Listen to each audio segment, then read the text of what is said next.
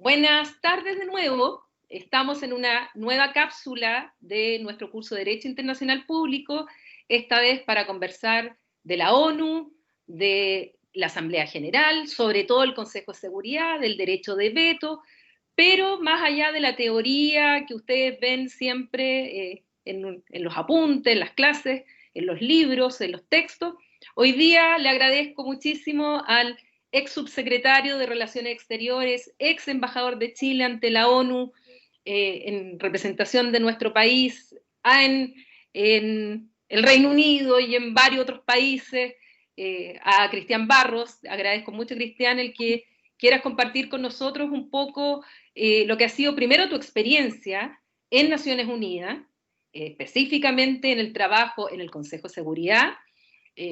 Tuviste un rol también muy importante como subsecretario de Relaciones Exteriores con el gobierno del presidente Lagos, donde también fue muy importante esta actividad en el Consejo de Seguridad. Y conversemos un poquitito de eso con los alumnos. Así que primero pedirte que cuentes un poco tu experiencia para empezar a conversar de la ONU y de cómo en la práctica funciona realmente esto que a veces es tan criticado, pero al mismo tiempo tan ignorado. Bueno, yo creo que el mínimo común múltiplo es la crítica. En general, la crítica que proviene de muchos sectores, sobre todo sectores políticos que son más conservadores, que no entienden lo de los organismos internacionales. Pero, por otro lado, ¿qué haríamos sin las Naciones Unidas? ¿Y qué haríamos sin el Consejo de Seguridad? Obviamente que es un organismo internacional y es un sistema que requiere perfeccionarse permanentemente. Cuando llegué a Naciones Unidas, por ahí por el 2014, también llegué con una visión un poco crítica de algunos aspectos de Naciones Unidas, sobre todo de su trabajo presupuestario, de su trabajo en términos de su ampliación en temas que a mí me parecían que estaban fuera del scope, ¿no? de lo que necesitaba primordialmente un organismo como Naciones Unidas. Con el correr de los años te vas dando cuenta de que todo tiene una razón y todo tiene un sentido. Lo que no quiere decir de que existan organismos que están desfasados y que necesitan de estructuras muy fuertes, digamos. Y que tampoco quiere decir de que no exista de repente ciertos despilfarros en Naciones Unidas. Pero en lo central, y es lo que nos importa, es el organismo que ha logrado que nosotros tengamos no solamente la paz que hemos mantenido desde el fin de la Segunda Guerra Mundial, la paz global me refiero, porque por supuesto que en las partes hay guerras regionales y guerras de distintos países, en distintos países. Pero ha sido un instrumento eficaz, sobre todo el Consejo de Seguridad ha sido un instrumento eficaz para mantener la paz en muchos lugares. Partamos un poquito por la historia de las Naciones Unidas. ¿Por qué se crean las Naciones Unidas y cuál es la importancia y el rol fundamental de las Naciones Unidas post Segunda Guerra Mundial? Claro, las Naciones Unidas nacen... la idea de Naciones Unidas nace antes del término de la Segunda Guerra Mundial por las potencias occidentales, por las potencias que estaban luchando contra el eje, ¿no? Que estaban luchando contra Alemania y Japón. Esa idea de tener un organismo que los reuniera, un poco sacándolo la experiencia de la sociedad de la Liga de las Naciones, ¿no es cierto?, que había existido antes y que, bueno, fracasó.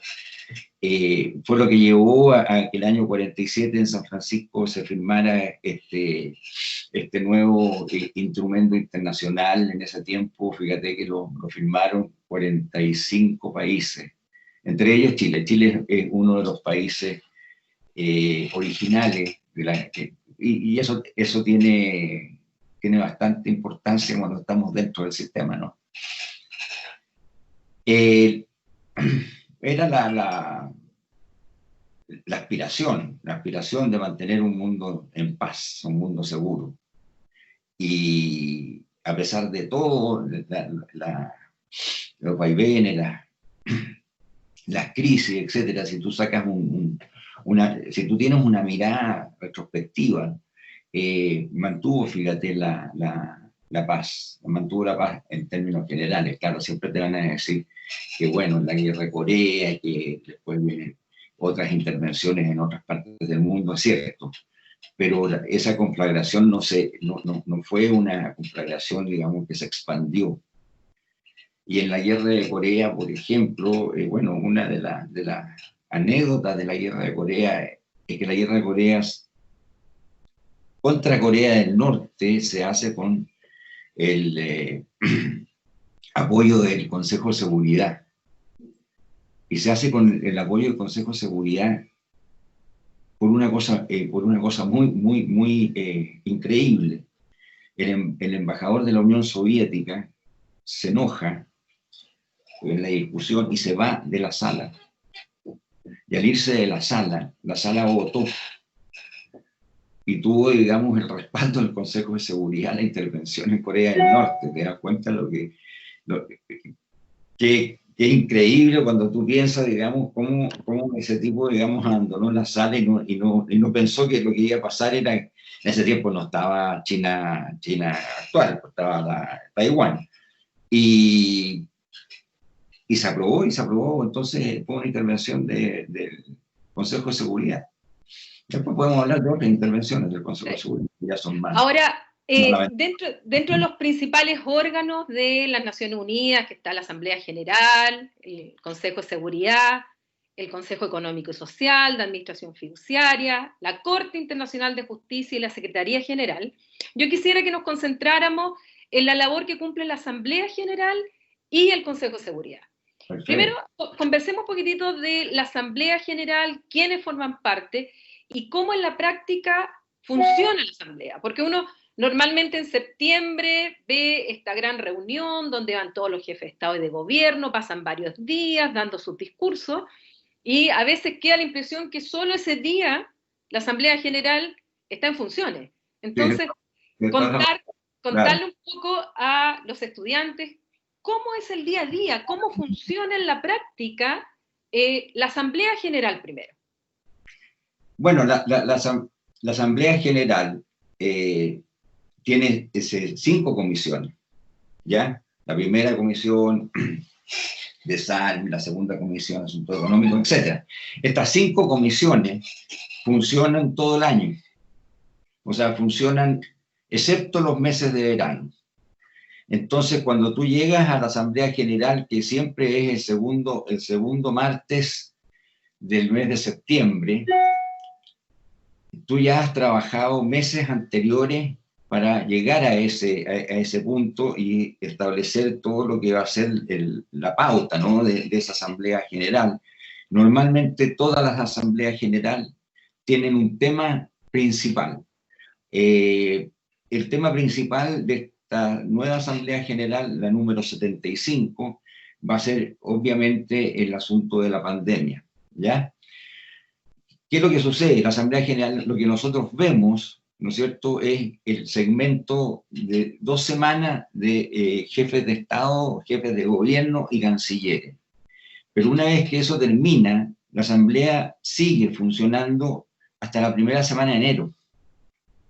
Y se produce, y todas las resoluciones que tú ves al final del año son producto, digamos, de reuniones y negociaciones que suceden durante ese tiempo, ¿ya? O que no suceden, digamos, o que fracasan, pero en definitiva es un rol permanente, y el rol permanente, digamos, está dado, digamos, por esta estructura de las 5 comisiones, a la que le tienes que unir además lo que son los organismos especializados, por ejemplo, el ECOSOC, ¿no?, el Consejo Económico y Social, que tiene una dinámica autónoma pero conectada, digamos, o sea, trabaja por su cuenta. Yo fui vicepresidente del ECOSOC durante un año, pero sí toman los temas de la Asamblea y sí lleva temas a la Asamblea. Sería largo explicarte la cantidad de temas, porque hay algunos que tú dices realmente no deberían estar ahí, y realmente no deberían estar ahí, pero cuando solo un país propone un tema, tiene que estar ahí, o se rechaza o se discute. No hay. La Asamblea General es el órgano más democrático de Naciones Unidas. Cada país tiene un voto. O sea, en eso te diría yo que es la única instancia en que el sistema trabaja y resuelve en forma absolutamente democrática. Pero al mismo tiempo, el poder de decisión de la Asamblea es muchísimo menor al del Consejo de Seguridad, porque las resoluciones que dicta la Asamblea, por regla general, son de carácter de recomendación. Entonces, a lo mejor desde ese punto de vista, el poder de la Asamblea es un poder político, pero sin este efecto jurídico vinculante que es muchísimo mayor en el Consejo de Seguridad, ¿o no? A ver, sí, no, digamos. O sea, tienes razón, digamos, en el concepto general de que la Asamblea General funciona sobre la base de resoluciones que no son obligatorias. ¿Ya? Ese es el tema general. Y el Consejo de Seguridad, las resoluciones del Consejo de Seguridad son obligatorias para todos los miembros. Y el Consejo de Seguridad es el único instrumento de Naciones Unidas que está autorizado, vaya la redundancia, para autorizar el uso de la fuerza. Pero hasta ahí llegamos con lo que podría ser un paralelo. Pero el Consejo de Seguridad solo trata materias de paz y seguridad internacional, ninguna otra. No trata derechos humanos, no trata cambio climático, no trata solo paz, o sea, las amenazas a la paz y a la seguridad internacional. Entonces, es cierto que el Consejo de Seguridad tiene esa herramienta de la obligatoriedad de sus resoluciones, pero también es cierto que solo está dedicado a la paz y la seguridad internacional.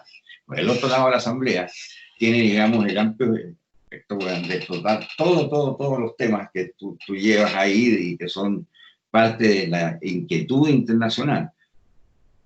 Pero hay momentos en que la Asamblea se transforma en un órgano resolutivo. Por ejemplo, cuando un instrumento negociado a nivel global tiene que ser llevado a la aprobación.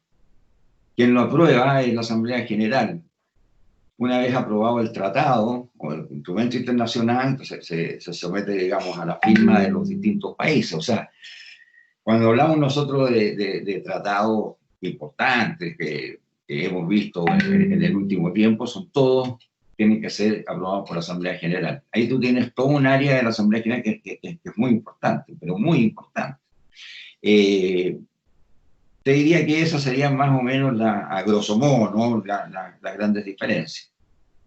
Hablemos un poquito ahora del Consejo de Seguridad. ¿Quiénes integran el Consejo? ¿Cuántas veces Chile ha estado en el Consejo? ¿En qué momentos claves de la historia de las relaciones internacionales nosotros hemos estado integrando el Consejo de Seguridad? ¿Y qué es esto que tanto se habla, se critica y también poco se conoce, que es el derecho de veto en el Consejo? ¿Cómo opera eso ahí? Tú que además estuviste presente en tantas negociaciones, en tantas reuniones del Consejo de Seguridad justamente. Y lo presidí un mes. Además. Sí, el Consejo, ¿no es cierto?, está, según una última reforma hace 20 años atrás, tiene 15 miembros, ya 5 permanentes y 10 no permanentes. Los miembros no permanentes están 2 años en el Consejo de Seguridad y rotan. Hay una especie de acuerdo regional. En Latinoamérica tiene una representación de 2 miembros.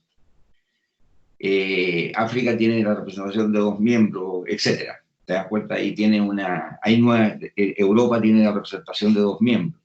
Y están los miembros permanentes. Los miembros permanentes, para hacerlo de forma casi caricaturesca, te diría, son los que ganaron la Segunda Guerra Mundial. O sea, tenemos, ¿no es cierto?, a Estados Unidos, tenemos a Reino Unido, tenemos a Francia, a China, que era la China de Taiwán, y Rusia, que era la Unión Soviética. Y cuando se creó esto, y se creó el Consejo, y el Consejo se crea junto con Naciones Unidas, o sea, en mismo momento, digamos. Estos países, los que se integraron en el Consejo de Seguridad, ganadores de la guerra, impusieron su derecho a tener un veto sobre las resoluciones del Consejo de Seguridad. En ese momento, hace 75 años atrás, eso no fue visto, digamos, como un problema. Imagínate, estaban todos los países que habían ganado la guerra y por lo tanto estaban todos los países que se suponían estaban alineados, digamos, con los principios de libertad, democracia, etcétera, etcétera, independiente que estaba la Unión Soviética, etcétera. Nadie cuestionó de que tuvieran derecho a ver. Pero con el correr de los años, eso fue cambiando. Fue cambiando porque además la estructura geopolítica del mundo cambió. O sea, tú no puedes concebir hoy día de que Alemania no esté en el Consejo de Seguridad. Es un despropósito no tener a Alemania en el Consejo de Seguridad. Es un despropósito no tener a Japón en el Consejo de Seguridad. O sea, pero tendríamos que pensar en cuán grande tiene que ser el Consejo de Seguridad.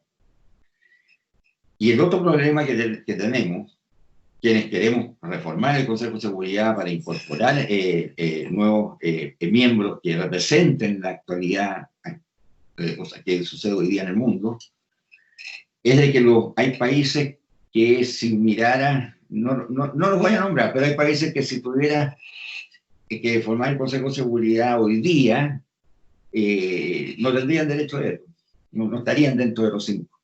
O sea, su poder ha ido bajando de tal forma de que pesan menos de lo que empezaban cuando se instaló el Consejo de Seguridad, y tenemos otros países que pesan muchísimo. Ya, ese es un tema. Ahora, existen muchas discusiones, y estas llevan décadas en realidad, de cómo se puede modificar el Consejo de Seguridad. Fórmulas que se han intentado son varias, pero sí te puedo decir que ninguna de esas fórmulas es apoyada por ninguno de los 5 miembros permanentes del Consejo. Y ese va a ser siempre el gran problema. Ninguno de ellos quiere, digamos, restarse el poder que tiene. O sea, ahí basta con que uno no lo quiera para que no exista entonces ninguna reforma. Es una cosa insalvable hoy. ¿Qué pasó con la propuesta? Más o menos va en la línea, pero ¿qué pasó con la propuesta de Kofi Annan en su momento, que de manera súper clara planteó la reforma al Consejo de Seguridad? Nosotros mismos como Chile apoyamos esa reforma, pero finalmente fueron los 5 miembros permanentes que dijeron que no, y por la carta se requiere que ellos no, porque tienen veto justamente. Pasó, finalmente el tema es político. Claro, y no necesitas que los 5 estén en oposición, claro. Basta uno, ¿no? Basta uno. Exacto. Entonces, ese uno siempre lo vas a tener ahí. O sea, una reforma siempre va a tener, digamos, la contra de alguno de los 5. Algunos son cantados. O sea, Rusia es un país que no te va a permitir, digamos, tener una reforma, aunque pueda decir lo contrario, porque para ellos, ellos son herederos de lo que era la Unión Soviética, pero es una reducción como país. O sea, esto que no se enojen mis amigos rusos, pero Rusia tiene, por ejemplo, una economía un poco mayor que la de España. O sea, te das cuenta, o sea, nosotros pensamos en una Rusia, pero la pensamos como si fuera la Unión Soviética, y en realidad no es la Unión Soviética, es Rusia, y tiene una dimensión de un poder mucho más disminuido que el que tenía. En cambio, al revés, ¿no es cierto? El paso de Taiwán a la República Popular China es un cambio extraordinario, es un tremendo país con un tremendo poder. O sea, China es escuchado en el Consejo de Seguridad por todo, o sea, ellos son muy prudentes, la verdad, se ha dicho. Ahora, para adoptar una resolución al Consejo de Seguridad, ¿cuál es el quórum? ¿Cómo se vota? las adoptas por 9 votos de 16. ¿Ya? ¿Ya? Esa es la ese es el requisito. 9 votos de 16. Pero si hay un veto, no se rechaza. Ahora, el veto se ejerce votando en contra, ¿eh? O sea, tú pones, ya, vamos a votar una resolución acerca de la paz en Siria y 9 tipos levantan la mano y de estos 9 tienes tú 4 miembros del Consejo de Seguridad con derecho a veto y 5 sin derecho a veto, pero basta que ese otro con derecho a veto diga que no está de acuerdo y la resolución se cae. ¿Se ejerce mucho el derecho de veto? En general había ido en declinación, porque había existido, sobre todo después en el 90, con el término de la Guerra Fría, el Consejo empezó a tener mayores acuerdos y había había mayor coordinación, pero mayor comprensión. Entonces, no se llegaba a situaciones en las cuales tú tenías que vetar. Por último, el tema ya no se llegaba al Consejo y se trataba en otras instancias y después se veía si volvía al Consejo. Se trataba de que el Consejo no vetara. Eso fue cambiando con los años y cuando tuvimos, bueno, los años en que participamos nosotros ahora del 14 al 16, acuérdate, está todo el asunto de Ucrania, la incorporación de la península de Crimea, Siria, Libia, y ahí ya se produjeron muchos problemas de desencuentro, sobre todo de Rusia con el resto de los países, y te puedo decir que no tanto de China, más bien Rusia. Rusia fue el que más mantuvo a línea el Consejo de Seguridad en el asunto sirio, por ejemplo. Ahora, el asunto sirio es un tema que tendríamos que preguntarle a los países occidentales que lo hicieron. Exacto. Sí. Oye, hablando ahora del punto de vista de cómo se financia la ONU, y sobre todo con este anuncio del presidente de los Estados Unidos de disminuir su aporte, ¿cómo se financia? ¿De dónde saca el dinero las Naciones Unidas para todas las actividades que realizan? Voy a tener que tomar un poco de Coca-Cola. Mira, se financia con un presupuesto bianual. Y ese presupuesto bianual es aprobado por la Asamblea General. Ahí tú tienes una atribución que tiene la Asamblea General que no tiene el Consejo, que es aprobar el presupuesto bianual de Naciones Unidas.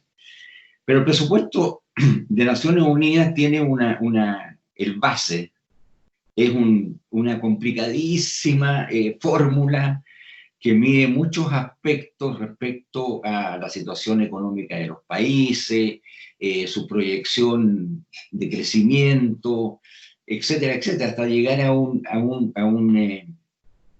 porcentaje, ¿no es cierto? Un porcentaje del presupuesto general. Me puedo equivocar, pero Chile tiene un porcentaje del 1 punto y tanto, por ejemplo. Eso significa que tú todos los años tienes que poner una cantidad de millones de dólares a las Naciones Unidas. Pero eso es una parte del asunto. Con el correr de las décadas, los organismos internacionales relacionados, o sea, aquellos que son parte del sistema, la FAO, la UNESCO, empezaron a tener presupuestos propios, pero empezaron a recibir presupuestos especiales que los países le entregaban y le entregan a esos organismos. Te doy un ejemplo. Por ejemplo, Estados Unidos dice que se va de la OMS. Ya, pero Estados Unidos pone en la OMS, creo que son como 400 millones. Presupuesto regular. Pero tiene presupuesto por programa que probablemente llegarán a los 1.000 millones. Entonces, ¿qué es lo que hicieron los países potentes, los países que tenían la plata, trataron, y lo lograron, de vincular todo aporte económico que no fuera el regular a los programas que ellos querían que se hicieran. Entonces, pasan cosas que son bastante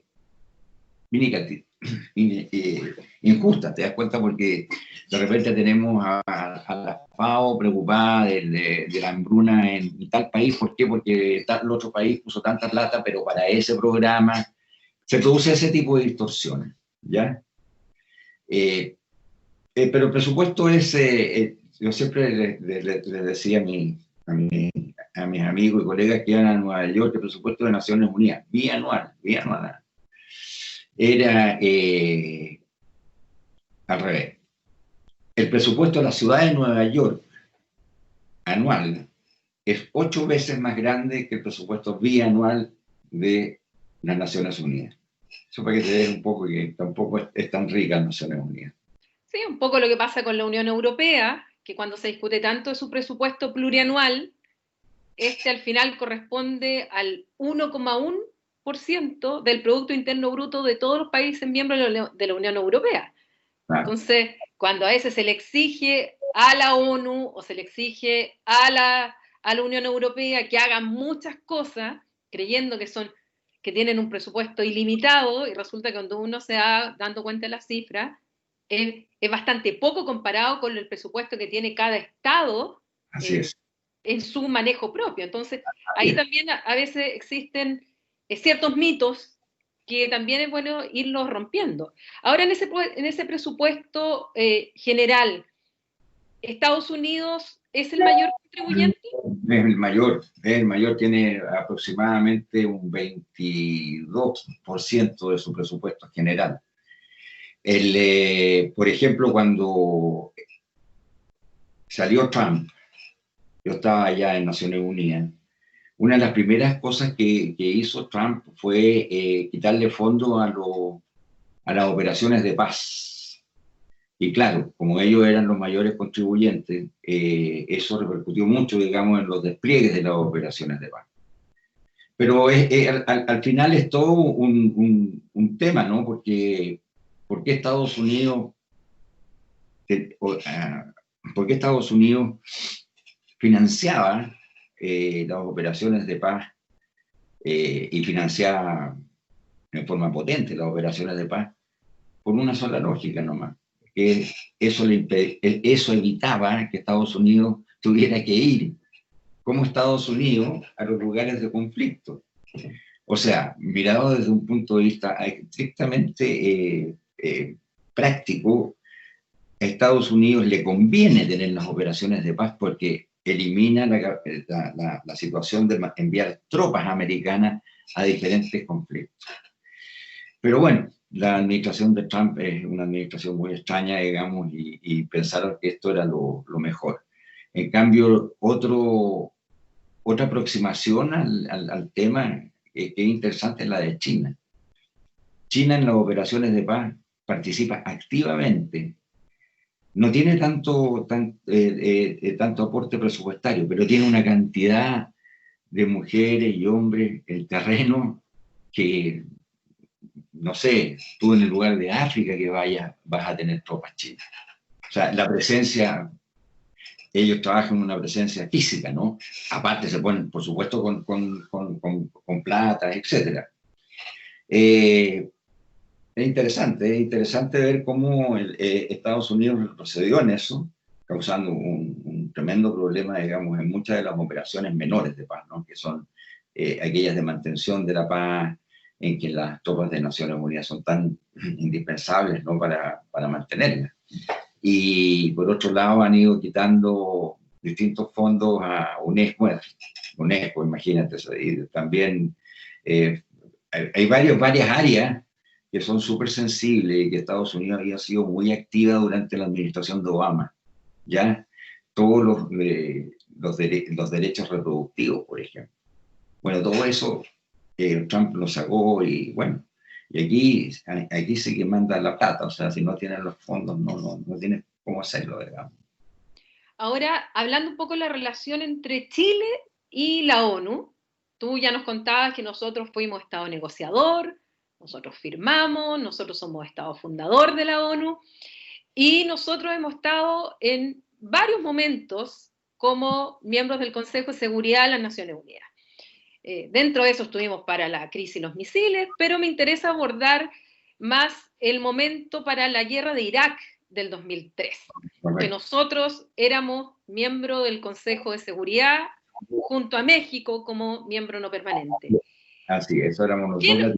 ¿Qué nos puedes contar un poco de lo que ocurrió en esas reuniones que fueron tan críticas y donde nosotros estuvimos ahí como miembro no permanente? Estuvimos como miembro no permanente. Eso es realmente es fascinante, ¿eh? Lo que sucedió en esa época y el rol que jugó Chile fue fundamental. Déjame decirte antes de que Chile ha participado en 4 ocasiones y ya estamos inscritos para participar el año 2030. Eso nada más que un dato anecdótico. Está bueno saberlo. Sí. En el asunto de Irak, se produjo, digamos, bueno, para hacértelo corto, digamos, o sea, cuando Bush decide de que Irak tiene armas de destrucción masiva y de que tiene que tienen que invadir y viene toda esta escalada de fechas, ¿no?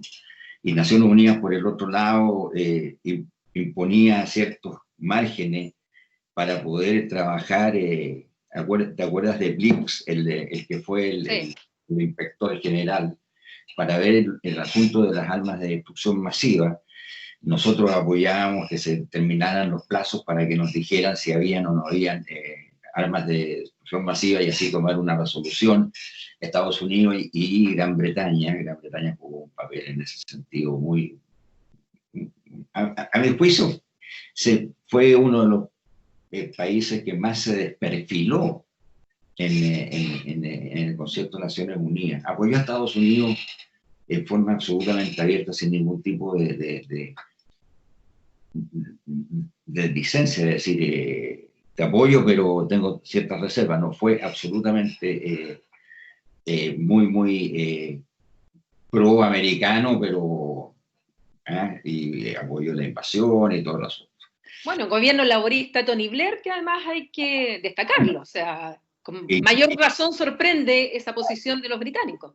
Y que pagó un costo enorme después.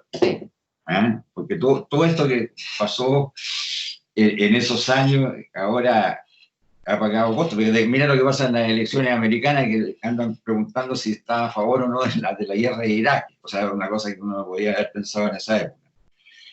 Pero, ¿cuál era el problema que tenía Estados Unidos para hacer el proceso a través del Consejo de Seguridad? Era que no tenía los 9 votos para aprobar la resolución de una invasión. Y dentro de esos 9 votos, Chile y México no se lo estaban dando. Y entonces, para Estados Unidos, esto era un problema mayor. Bueno, ellos siempre pensaban que Chile y México lo iban a apoyar. Y Chile y México dijeron, no, aquí nosotros tenemos que seguir las reglas de Naciones Unidas, tiene que ser aprobado por el Consejo de Seguridad, pero hasta se nos tiene que mostrar a nosotros todos los antecedentes necesarios para que tomemos una decisión tan drástica, digamos, como es una invasión, y los que fueron extraordinariamente activos fue Francia. Y Francia como miembro permanente del Consejo de Seguridad y con derecho a veto, complicó la vida de Estados Unidos. Ya no eran solamente los 9 votos, sino que también teníamos un país que tenía un derecho a veto a cualquier tipo de resolución. Entre cuento corto, y tú te recordarás, existían varias resoluciones del Consejo de Seguridad que iban avanzando medidas sobre Irak, sobre Irak, bien digo. ¿Ah? Ninguna de ellas llegaba al momento de que se permitía la invasión, sino que todas estaban relacionadas con Irak tiene Naciones Unidas debe hacer tal cosa, etcétera. Todo eso hasta el mes de enero, ¿no es cierto?, del año 2004. ¿Qué pasó? Pasó de que Estados Unidos presionó de tal forma tener una resolución a favor que perdieron, a mi juicio, perdieron todo toda la tranquilidad, por decirlo de una forma fácil. Diplomática. Bueno, yo estaba de subsecretario de Relaciones Exteriores y me tocó vivirlo con el presidente Lagos. Y no te puedes imaginar la presión de los americanos y la presión de los ingleses. Estábamos trabajando también en ese tiempo, acuérdate, en la negociación del Acuerdo de Libre Comercio con Estados Unidos. O sea que ya está prácticamente finalizado. Entonces, cuando viene la ofensiva final americana, para Chile fue una decisión muy compleja. O sea, ¿qué es lo que teníamos que hacer? Y Lagos dijo, nosotros lo que tenemos que hacer acá es defender principios. Y los principios están primero.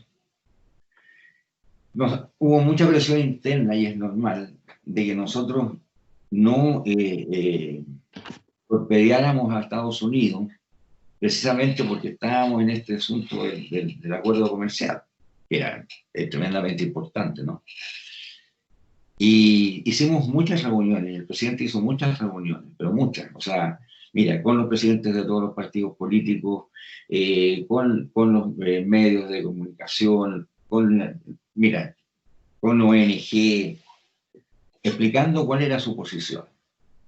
Y llegó un día en que citamos a todos los presidentes de los partidos políticos y Lagos les dijo, miren, yo sé que hay diferentes opiniones, etcétera, pero hizo una sólida exposición respecto a por qué debíamos mantener los principios y dijo, he instruido a que se vote en contra.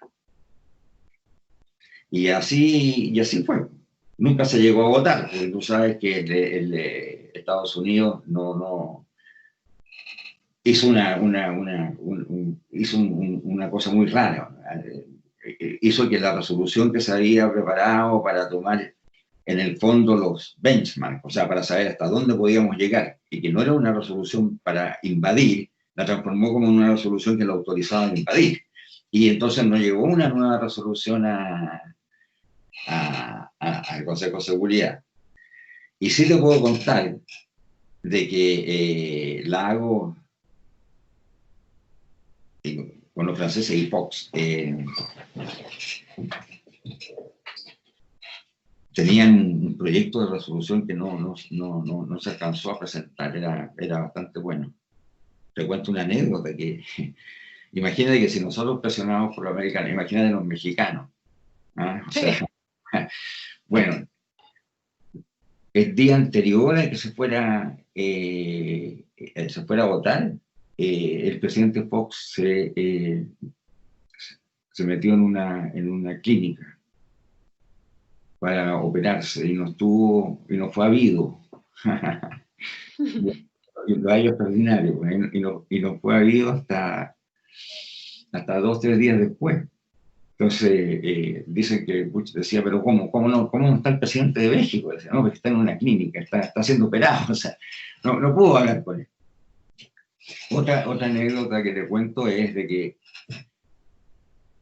Blair y Bush se dividieron los países. Entonces, a nosotros, por decirlo de alguna forma, nos tocó Blair, ¿ya? Y a Fox le tocó Bush, ¿ya? Ellos se dividieron los países con quien trabajar, porque ya tú, lo que era la comunidad de intereses que tenía Gran Bretaña y Estados Unidos. Y cuando ya al final llamó mismo Bush a Lagos, y Lagos le dijo, no, presidente, nosotros vamos a vamos a votar en contra si hay una resolución para invadir Irak. No tenemos nosotros los elementos que nos den juicio hoy día de que tiene armas de destrucción masiva y de que exista una amenaza mundial por parte de él. Y ahí se cortaron las relaciones por una semana. No supimos más de los americanos durante una semana. Quedaron muy, muy enojados y bueno, las cosas pasan y después nos reencontramos de nuevo. Pero yo viví esa experiencia y te prometo que yo decía, pero ¿cómo vamos a votar en contra de los americanos? Yo decía, yo veía el asunto del Tratado de Libre Comercio, ¿no? Que significó al final un par de puntos del PIB, o sea, no era una cosa menor la que estábamos jugándonos en ese momento. Y claro, había que tener el coraje que tuvo Lago, en la Universidad de Quinum, y al final los americanos, los americanos firmaron el Tratado de Libre Comercio. Pero igual nos tiraron las orejas diplomáticamente, creo yo, porque fue en Miami, fue Robert Selig, no fue en Washington, no fue... Una cantidad de cosas enormes, o sea, fue un trabajo de recuperación de años, ¿no? De años. Pero cuando se ve hacia atrás, tú te sientes bastante orgulloso, porque Chile es sacado como ejemplo de cómo un país mantiene su dignidad a pesar de lo que son las presiones de las grandes potencias. El famoso libro de los británicos, ¿no? En que se hace el recuento, siempre los británicos tienen esta cosa de sacar una especie de documento oficial, ¿no? Hay uno muy entretenido sobre las Malvinas, bueno, no es tan entretenido por la tragedia, pero muy detallado. Sacaron uno sobre esto, y en ese libro, en ese documento, alabaron la actuación de Chile. Y bien. Y Fox es poco mencionado, pero Fox tuvo un rol preponderante en todo esto. Y también había que tener pantalones estando ahí, ¿no? Bueno, Cristian, te agradezco muchísimo el que hayamos podido conversar, compartir esto con los alumnos, con los estudiantes, porque un poco la idea de estas cápsulas, aprovechando también el tema de la pandemia y que nos ha obligado a los profesores a utilizar las nuevas tecnologías, a mí me permite conversar justamente con personas que tienen la práctica de lo que uno le enseña en las aulas. Entonces, muchas veces, para mí era importante conversar contigo un poco para ir rompiendo ciertos mitos que quedan en la prensa, que se repiten como eslogan, que uno que estudia más sabe que no es tan así, con mayor razón los que operan con el derecho internacional saben que no es así. Entonces era importante esta conversación, así es que te la agradezco, porque va a permitir... Una reflexión final que creo que es súper importante en lo que tú estás hablando y en lo que estamos conversando. Para Chile el multilateralismo es prioridad 1. Un país de la dimensión de Chile, un país de nuestras capacidades, necesita del multilateralismo para interactuar en el mundo. Si nosotros nos aislamos del multilateralismo, desaparecemos políticamente. No solamente políticamente, sino que desaparecemos también en todo lo que significa el desarrollo de la humanidad. Por eso es tan importante estar en los organismos internacionales. Para Chile es un must. Nosotros debemos estar, a nosotros el multilateralismo nos empareja la cancha, como se dice ahora. O sea, nos da las mismas posibilidades. Y hemos sido muy, muy activos en el multilateralismo. Lamentablemente, al principio, y lo digo sin ningún ánimo, con ánimo de crítica, en el sentido de que al principio, el primer año, este gobierno tuvo una actitud más de aislamiento del multilateralismo y no suscribieron ni el Tratado de Escazú, que lo habíamos negociado nosotros, ni migraciones. Eso para nosotros, imagínate, o sea, son instrumentos que nos dan la posibilidad de poder trabajar temas que solo no lo podemos trabajar. Y pero vamos a volver, el multilateralismo es fundamental, y yo soy un creyente, a pesar que tengo mi reserva. Muchas gracias, Cristian, y un gusto haber conversado contigo. Igual, ya aquí estamos en cuarentena para lo que quieras. Vale, gracias, adiós. Chao, que estés bien.